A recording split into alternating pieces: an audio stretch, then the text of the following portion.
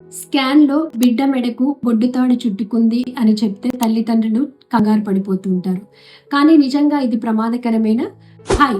నేను మీ doctor Padma Rathod, consultant gynaecologist Om Sai hospital, Jagtial.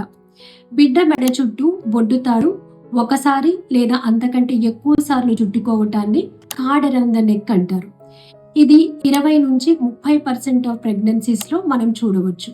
ఇది ఎందుకు జరుగుతుంది అనంటే, బిడ్డ అధికంగా కదిలినప్పుడు, ఒక్కొక్కసారి బొడ్డుతాడు పొడవుగా ఉండటం వలన అండ్ ఉమ్ము నీరు ఎక్కువగా ఉండటం వలన ఇలా జరిగే అవకాశం ఉంటుంది.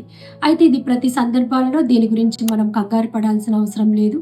ఎప్పుడు జాగ్రత్తగా ఉండాలి అనంటే, బిడ్డ కదలికలు తక్కువైనప్పుడు, కాన్పు సమయంలో ఫీటల్ హార్ట్ మార్పులు జరిగినప్పుడు డాక్టర్లు కేర్ఫుల్గా మానిటర్ చేసుకుని అవసరమైతే సిజేరియన్ ఆపరేషన్లు చేస్తారు.